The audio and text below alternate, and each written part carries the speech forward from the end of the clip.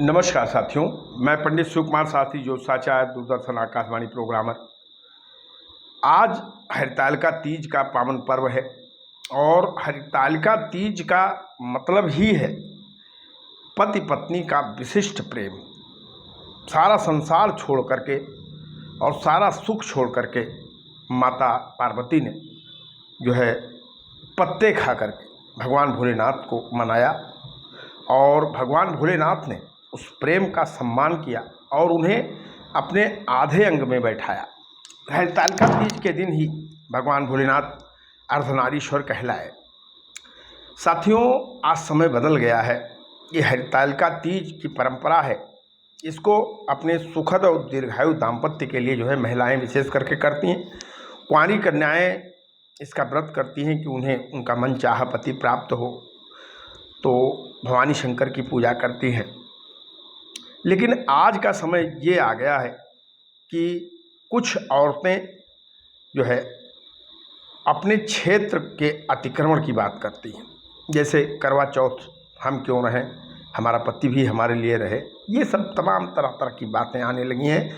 आज मैं एक गीत लाया हूँ, एक रचना लाया हूँ, लेकिन मुझे लगता है कि आज के नारी समाज को मेरी बात पसंद नहीं आएगी। लेकिन फिर भी जो मेरे चाहने वाले हैं, जो सनातन धर्म में भरोसा रखती हैं, जो महिलाएं अपने गृहस्थी के कुशलता की भरोसा रखती हैं, अपने सौभाग्य को जानती हैं, उन्हें मेरा गीत पसंद आएगा। क्योंकि आज प्रणय पर्व है भगवान भोलेनाथ और माता पार्वती का, इसलिए इस प्रणय पर्व पे मैं बताऊंगा कि पति पत्नी का संबंध क्या होता है।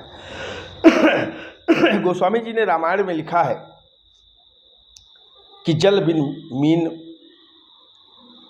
जिए बिन जीव, मीन बिन बारी, तैसे ही नाथ पुरुष बिन नारी। इसी की व्याख्या मैं अपने इस गीत में कर रहा हूँ, सुनिएगा। कि दुनिया में नारियों के लिए, अरे दुनिया में नारियों के लिए, अरे कोई न दूजा ईश्वर है। हमारे शास्त्र कहते हैं कि पति परमेश्वर है। क्यों? क्योंकि पति पत्नी की जब युति होती है तो ये संसार चलता है और एक से एक धुरंधर पैदा होते हैं। अगर रावण पैदा होता है तो राम भी पैदा होते हैं, इसी संयोग से। इसलिए कहना है कि पति परमेश्वर है, हो पति परमेश्वर है। कि दुनिया में नारियों के लिए, अरे कोई न दूजा ईश्वर है। पति परमेश्वर है, हो पति परमेश्वर है। कैसे? अब देखिए, इसका प्रमाण देखिए, हमारे शास्त्र का प्रमाण। जो सनातन धर्म के शास्त्रों में भरोसा करते हैं, इस गीत पर वो उंगली नहीं उठाएंगे। लेकिन जो सनातन धर्म को बिल्कुल नहीं जानते, वो कुछ भी कह सकते हैं। कहना है कि इंद्र ने लूटी लाज, पति ने भी भीषण साप सुनाया जी, भीषण साप सुनाया। दोस्तों, इंद्र ने जो है गौतम की पत्नी की लाज लूट ली, क्या दोष था उसका। लेकिन जब गौतम ने ये बात सुनी तो उन्होंने अहिल्या को ही श्राप दे दिया, अपनी पत्नी को ही श्राप दे दिया कि तुम्हें अपने पति और पराये पति का ध्यान नहीं है तो जा तू पत्थर हो जा। इसलिए कहना पड़ा। कोई गलती नहीं थी अहिल्या की, देखा जाए तो कोई गलती नहीं हुई थी। उसके साथ छल भी हुआ और बल का भी प्रयोग हुआ।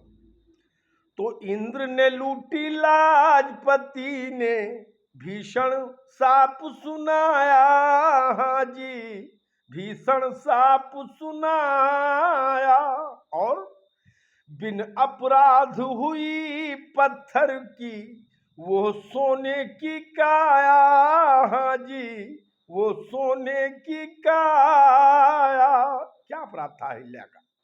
लेकिन उसने पति के श्राप को स्वीकार कर लिया, इंद्र के उत्पीड़न को स्वीकार कर लिया। वो भी चाहती तो इंद्र को श्राप दे सकती थी, अपने पति का प्रतिकार कर सकती थी, लेकिन नहीं किया। उसने अपने नारी की मर्यादा, नारी का एक रूप क्षमा भी है। उस मर्यादा को उसने निभाया और पत्थर हो गई। लेकिन जब पत्थर हो गई तो उसको तारने कौन आया? उसको तारने परमात्मा आ गया, क्योंकि जब पति तिरस्कृत करता है तो परमात्मा को आना पड़ता है, क्योंकि पति परमात्मा का ही स्वरूप है। कहना पड़ा कि मानो बन धरती पर आया, अरे उसे तारने ईश्वर है।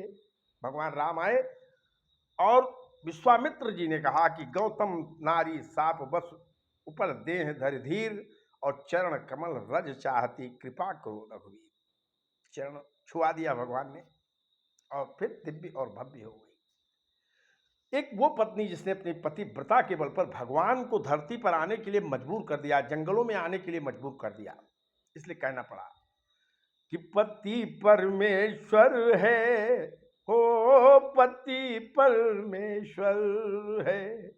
और सुनिए, और किसने अपने सतीत्व के बल पे अपना दम दिखाया कि सती सिया ने राम के लिए वन में विपत उठाई। हाँ जी, वन में विपत उठाई।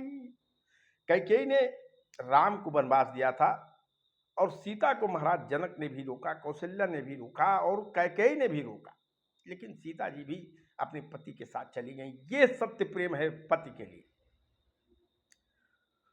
और अग्नि परीक्षा दे कर के भी कलंक भारी पाई। हाँ जी, कलंक भारी पाई।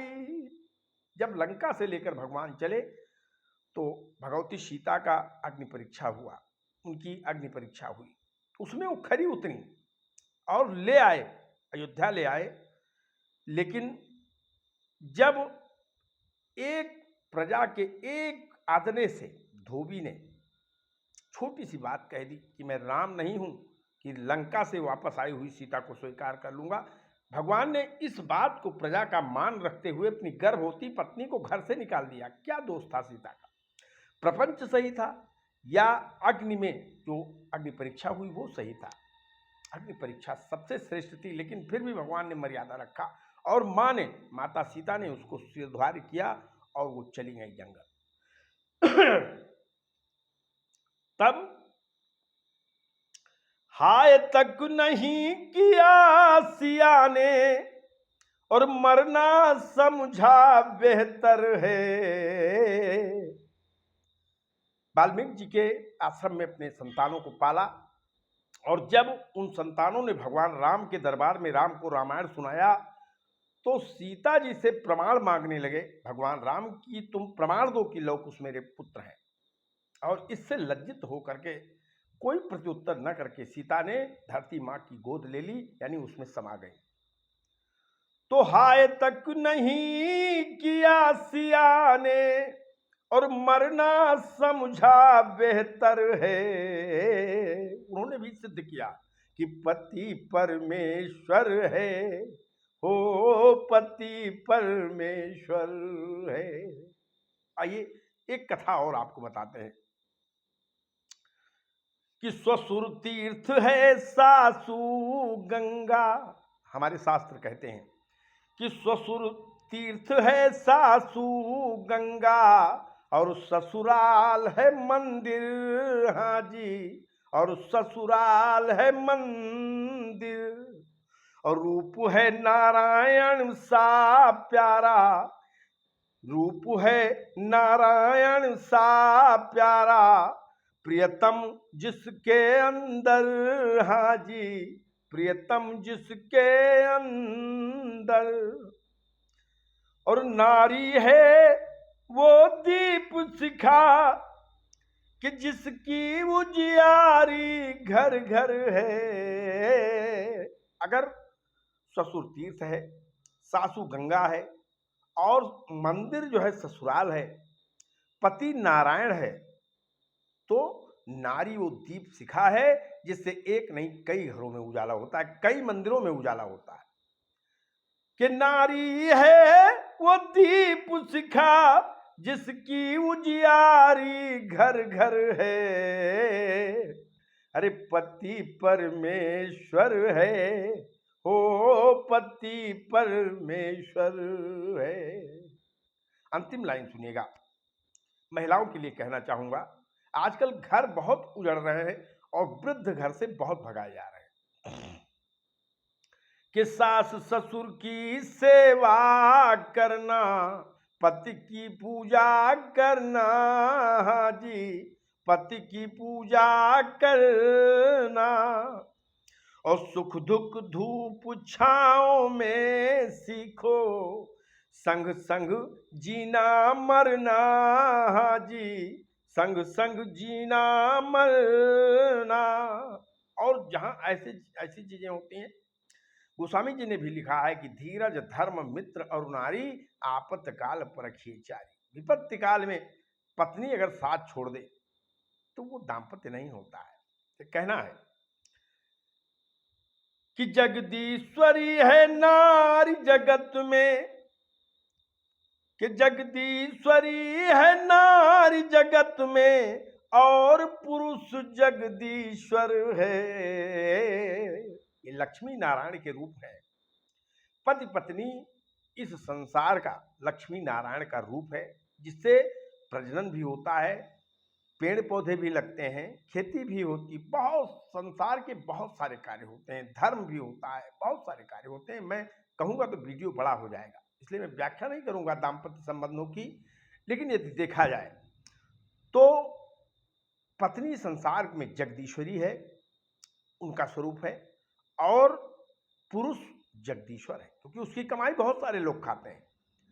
तो जगदीश्वरी है नारी जगत में, और पुरुष जगदीश्वर है। और जो इस रहस्य को जानता है वही कहता है कि पति परमेश्वर है, हो पति परमेश्वर है। अरे दुनिया में नारियों के लिए और न दूजा ईश्वर है, पति परमेश्वर है, हो पति परमेश्वर है। वागर्था भी संपृक्तो वागर्था प्रतिपत्ते, जगता पितरो वंदे पार्वती परमेश्वरो। जिस तरह दाम्पत्य को भगवान भोलेनाथ और माता पार्वती ने निभाया, कालिदास जी ने लिखा है कुमार संभव में कि माता पार्वती जब विदा होकर के कैलाश गईं तो क्या करती थी, राजमहल छोड़ करके गईं, और राजा जैसा राजाओं का सुख छोड़ करके गईं, पत्थर पे रहने गईं और पति के साथ रहने गईं। और करती क्या थी वहां, गोस्वामी जी कालिदास जी ने लिखा कि अवचित बलि पुष्पा, वेद संग मार्ग दक्षा, और नियम विधि जलानाम वर्हिसाम चोपुनेत्री। रोज गंगा से बालू लाती थी, यही काम उनका था। गंगा से बालू लाती थी, भगवान भोलेनाथ के पूजन के लिए वेदी बनाती थी, सुंदर सुंदर पुष्प चुन के लाती थी हिमालय पर्वत से, और नियम विधि जलानाम वर्हिसाम चोपनेत्री। वो बड़ी बड़ी नेत्रों वाली भगवती पार्वती, भोली भाली पार्वती रोज जल भर के गंगा से लाती थी, उससे भगवान भोलेनाथ को स्नान कराती थी, और उससे भगवान भोलेनाथ पूजन आदि करते थे। ये भोलेनाथ के सारे काम करने के बाद नियमित सब उचारई, प्रत्यहम सासु केसी।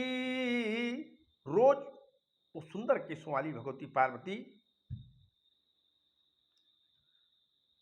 रोज इस तरीके से सारे कार्य करती थी।